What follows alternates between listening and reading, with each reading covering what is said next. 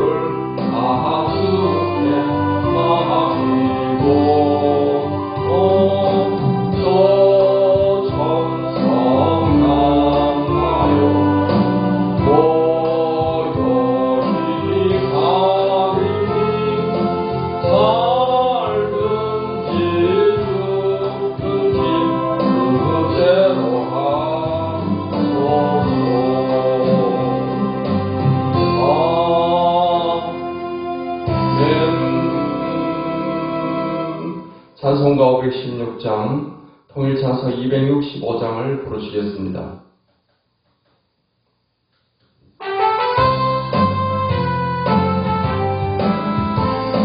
옳은 길 따르라 의의 길을, 옳은 길 따르라 의의 길을, 세계 만민의 참된 길, 이 길 따라서 살기 온 세계의 전마세.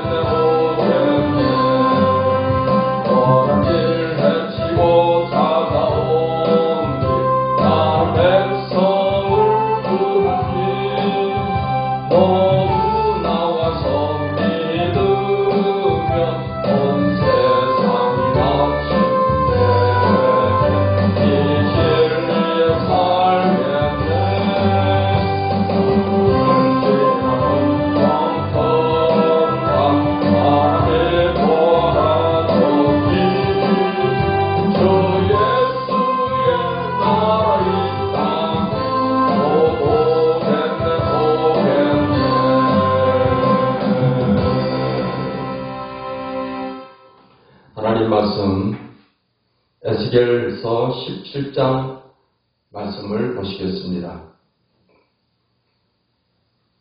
구약성경 에스겔서 17장 말씀을 같이 읽겠습니다.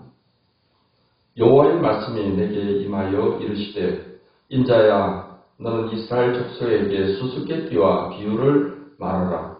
여호와께서 이같이 말씀하여 이르시되 색깔이 화려하고 날개가 크고 깃이 길고 털이 숱한 큰 독수리가 레바논에 이르러 백향목 높은 가지를 꺾되 그 연한 가지 끝을 꺾어 가지고 장사하는 땅에 이르러 상인의 성읍에 두고 또 그 땅의 종자를 꺾어 옥토에 심되 쇠양 뻗을 가지처럼 큰 물가에 심더니 그것이 자라며 퍼져서 높지 아니한 포도나무 곧 굵은 가지와 가는 가지가 난 포도나무가 되어 그 가지는 독수리를 향하였고 그 뿌리는 독수리 아래에 있었더라. 또 날개가 크고 털이 많은 큰 독수리 하나가 있었는데 그 포도나무가 이 독수리에게 물을 받으려고 그 심어진 두둑에서 그를 향하여 뿌리를 뻗고 가지가 퍼졌도다. 그 포도나무를 큰 물가 옥토에 심은 것은 가지를 내고 열매를 맺어서 아름다운 포도나무를 이루게 하려 하였습니다. 너는 이르기를 주 여호와의 말씀에 그 나무가 능히 번성하겠느냐? 이 독수리가 어찌 그 뿌리를 빼고 열매를 따며 그 나무가 시들게 하지 아니하겠으며 그 연한 잎사이가 마르게 하지 아니하겠느냐? 많은 백성이나 강한 팔이 아니라도 그 뿌리를 뽑으리라. 볼지어다 그것이 심어졌으나 번성하겠느냐? 동풍에 부딪힐 때 아주 마르지 아니하겠느냐? 그 자라던 두둑에서 마르리라 하셨다 하라. 여호와의 말씀이 너에게 임하여 이르시되 너는 반역하는 족속에게 묻기를 너희가 이 비유를 깨닫지 못하겠느냐 하고 그들에게 말하기를 바벨론 왕이 예루살렘에 이르러 왕과 고관을 사로잡아 바벨론 자기에게로 끌어가고 그 왕족 중에서 하나를 택하여 언약을 세우고 그에게 맹세하게 하고 또 그 땅의 능한 자들을 옮겨 갔나니 이는 나라를 낮추어 스스로 서지 못하고 그 언약을 지켜야 능히 서게 하려 하였음이거늘 그가 사절을 애굽에 보내 말과 군대를 구함으로 바벨론 왕을 배반하였으니 형통하겠느냐? 이런 일을 행한 자가 피하겠느냐? 언약을 배반하고야 피하겠느냐? 주 여호와의 말씀이니라. 내가 나의 삶을 두고 맹세하노니 바벨론 왕이 그를 왕으로 세웠거늘 그가 맹세를 저버리고 언약을 배반하였은즉 그 왕이 거주하는 곳 바벨론에서 왕과 함께 있다가 죽을 것이다. 대적이 토성을 쌓고 사다리를 세우고 많은 사람을 멸절하려 할 때 바로가 그 큰 군대와 많은 무리로도 그 전쟁에 그를 도와주지 못하리라. 그가 이미 손을 내밀어 언약하였거늘 맹세를 업신여겨 언약을 배반하고 이 모든 일을 행하였으니 피하지 못하리라. 그러므로 주 여호와의 말씀이니라. 내가 나의 삶을 두고 맹세하노니 그가 내 맹세를 업신여기고 내 언약을 배반하였은즉 내가 그 죄를 그 머리에 돌리되 그 위에 내 그물을 치며 내 얼무에 걸리게 하여 끌고 바벨론으로 가서 나를 반역한 그 반역을 거기에서 심판할지며 그 모든 군대에서 도망한 자들은 다 칼에 엎드러질 것이요 그 남은 자는 사방으로 흩어지리니 나 여호와가 이것을 말한 줄을 너희가 알리라. 주 여호와께서 이같이 말씀하시되 내가 백향목 꼭대기에서 높은 가지를 꺾어다가 심으리라. 내가 그 높은 새 가지 끝에서 연한 가지를 꺾고 우뚝 솟은 산에 심되 이스라엘 높은 산에 심으리니 그 가지가 무성하고 열매를 맺어서 아름다운 백향목이 될 것이요 각종 새가 그 아래에 깃들이며 그 가지 그늘에 살리라. 들의 모든 나무가 나 여호와는 높은 나무를 낮추고 낮은 나무를 높이며 푸른 나무를 말리고 마른 나무를 무성하게 하는 줄을 알리라. 나 여호와는 말하고 이루느니라 하라. 기도하겠습니다. 하나님 감사합니다. 오늘도 이렇게 좋은 하루를 감았게 하시고 또 하나님 말씀을 통해서 은혜를 주시니 감사합니다. 이 말씀을 들을 때 잘 깨닫게 해주시고 이 말씀의 진리 가운데서 행할 수 있도록 도와주시옵소서. 이 말씀을 통해 하나님 뜻을 우리가 발견하게 하시고 그 뜻을 따라서 살아감으로 생명과 복으로 풍성한 삶을 살아가게 해 주시옵소서. 예수님의 이름으로 기도하옵나이다. 아멘. 오늘 에스겔서 17장 말씀은 두 독수리와 포도나무의 비유를 통해서 하나님께서 말씀을 하십니다. 1절로 21절의 말씀은 두 독수리와 포도나무 비유를 말씀하시고 또 그 비유에 대한 해석을 하시는 내용입니다. 22절로 24절의 말씀은 백향목 가지에 대한 비유를 또 말씀을 하십니다. 1절로 21절 말씀에서 두 독수리 그리고 포도나무에 대한 비유가 나오는데 첫 번째 독수리는 깃이 길고 털이 숱한 큰 독수리가 나옵니다. 3절로 4절을 보게 되면은 여호와께서 이같이 말씀하여 이르시되 색깔이 화려하고 날개가 크고 깃이 길고 털이 숱한 큰 독수리가 레바논에 이르러 백향모 높은 가지를 꺾되 그 11가지 끝을 꺾어가지고 또 장사하는 땅에 이르러 상인의 성읍에 두고 했습니다. 그리고 이제 두 번째 독수리는 8절로 10절에 나오는 독수리입니다. 8절에 보니까 그 포도나무를 큰 물가 옥토에 심은 것은 그 가지를 내고 열매를 맺어서 아름다운 포도나무를 이루게 하려 하였습니다.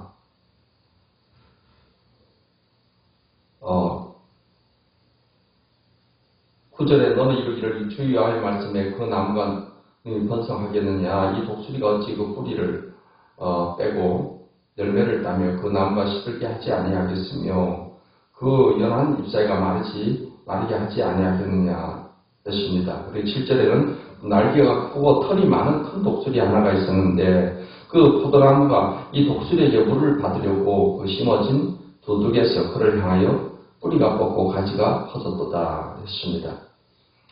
여기서 두 독수리가 나오는데 첫 번째 깃이 길고 털이 숱한 큰 독수리는 바벨론 왕을 의미하고 있고요. 그 다음에 두 번째 날개가 크고 털이 많은 큰 독수리는 애굽의 바로왕을 말하고 있습니다. 우리가 이 비유에 대한 이해를 하려면 당시의 역사적인 배경을 우리가 알고 있어야 되는 것입니다. 유다 나라가 이제 패망할 그 시점의 역사를 보게 되면은 바벨론 왕 느부갓네살이 2차 침공을 해서 여호야긴 왕을 바벨론으로 끌어갔습니다.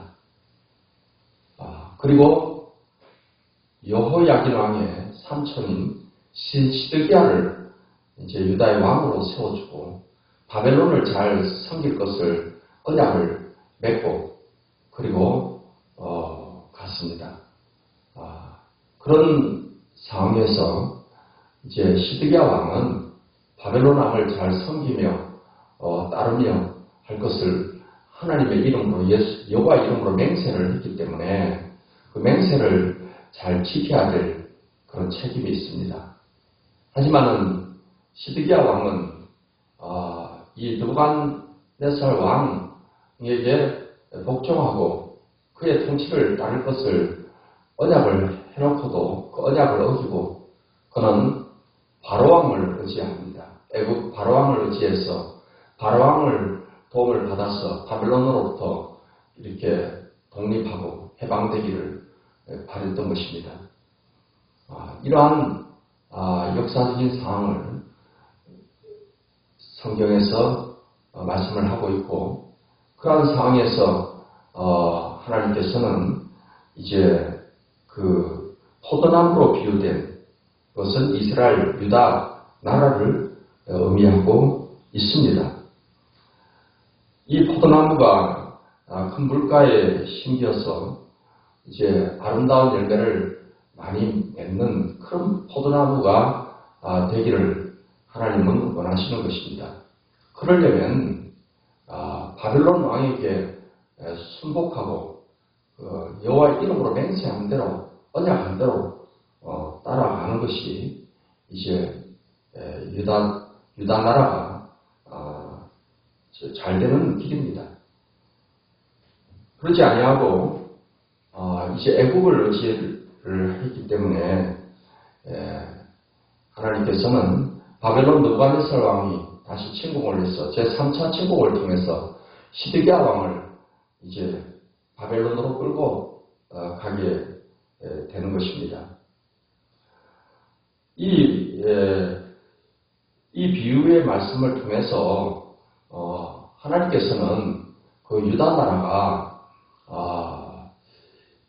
여호와 이름으로 언약한 대로 바벨론 왕을 잘 섬기며 살기를 원했던 것입니다. 그게 하나님의 뜻이었습니다. 그래서 하나님께서 때가 되면 이제 유다 백성들을 바벨론에서 돌아오게 하시고 하나님께서 이제 회복을 시킬 때가 올 것입니다.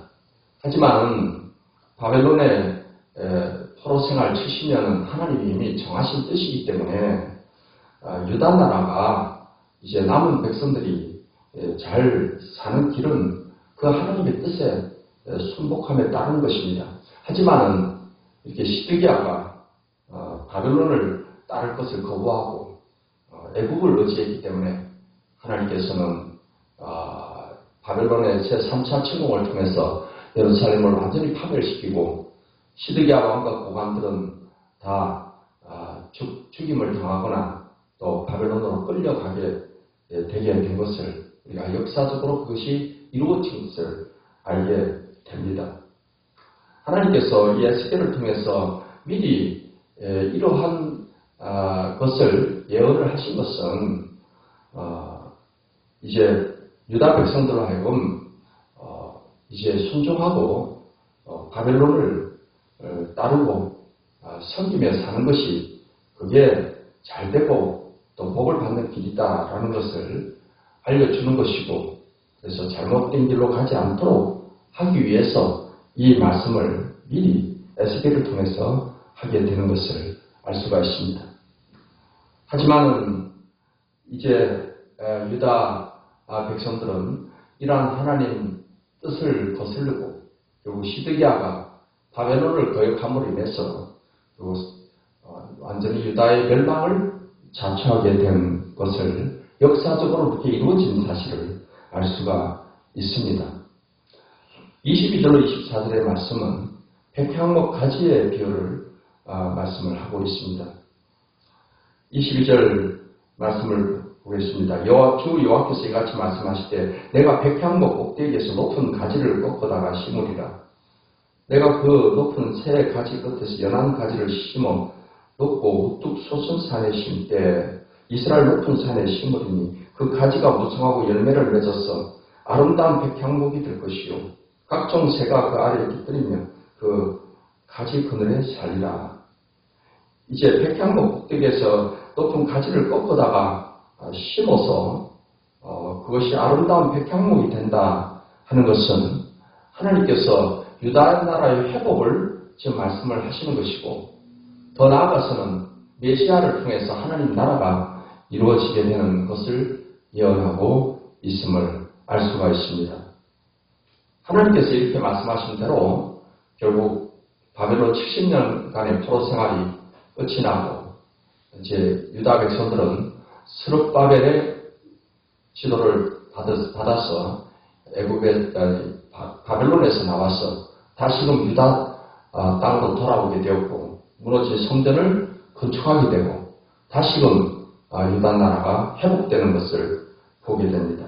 그리고 그 유다 나라를 통해서 예수님이 메시아가 이 땅에 오시게 되고 예수님을 통해서 하나님의 나라가 마치 무성한 백향목처럼 아름다운 백향목으로 자라서 각종 새가 그 아래에 깃들이고 가지 그늘에 살게 되는 것처럼 이제는 온 세상에 어떤 민족에 어떤 누구라도 예수님을 믿음으로 하나님 나라 백성이 되는 이러한 하나님의 뜻이 이루어지게 되는 것을 알 수가 있습니다. 24절의 말씀을 보겠습니다. 들의 모든 나무가 나 여호와는 높은 나무를 낮추고 낮은 나무를 높이며 푸른 나무를 말리고 마른 나무를 무성하게 하는 줄 알리라. 나 여호와는 말하고 이루느니라 했습니다. 여호와 하나님은 높은 나무를 낮추시고 낮은 나무를 높인다. 그리고 푸른 나무를 말리고 마른 나무를 무성하게 한다. 하나님께서는 절대 주권적으로 이 세상을 통치하고 계신다는 사실을 말씀을 하고 있습니다. 하나님이 높이면 높아지게 되는 것이고 하나님이 낮추면 낮아지게 되는 것입니다. 높은 나무를 낮춘다. 우리가 성경에서 보면은 그 바벨론 느부갓네살 왕이 하나님이 높여주셔가지고서 당시 세계를 정복했습니다. 그는 자신의 힘과 능력으로 바벨론을 건설했다라고 교만하게 말을 하게 됐을 때 하나님께서는 이 느부갓네살이 짐승 같은 마음을 갖게 해서 그런 짐승처럼 풀을 뜯고 또 이슬을 맞으면 그렇게 지내게 됩니다. 왕위에서 쫓겨나서 7대를 짐승같이 된 것을 알게 됩니다. 하지만 이 느부갓네살 왕이 다시 하나님을 높이고 이 세상 모든 나라를 하나님이 다스리시고 하나님께서 그 번세로 이제 통치하신다. 그 사실을 인정하게 되었을 때 다시금 하나님께서 느부갓네살에게 정상적인 마음을 주셔서 다시 왕위를 회복하게 하신다 하는 내용이 다니엘서에 나옵니다. 또 하나님께서는 지극히 낮은 자를 높여서 또 하나님의 뜻을 이루기도 합니다. 요셉은 형제들에게 미움을 받아서 애굽의 포로로 노예로 끌려갔습니다. 그는 애굽에서 노예 생활을 했지만은 하나님께서 반드시 그에게 주신 꿈을 이루신다는 이 믿음을 가지고 하나님을 절대적으로 신뢰하며 의지하며 죄를 멀리하며 살고자 했습니다.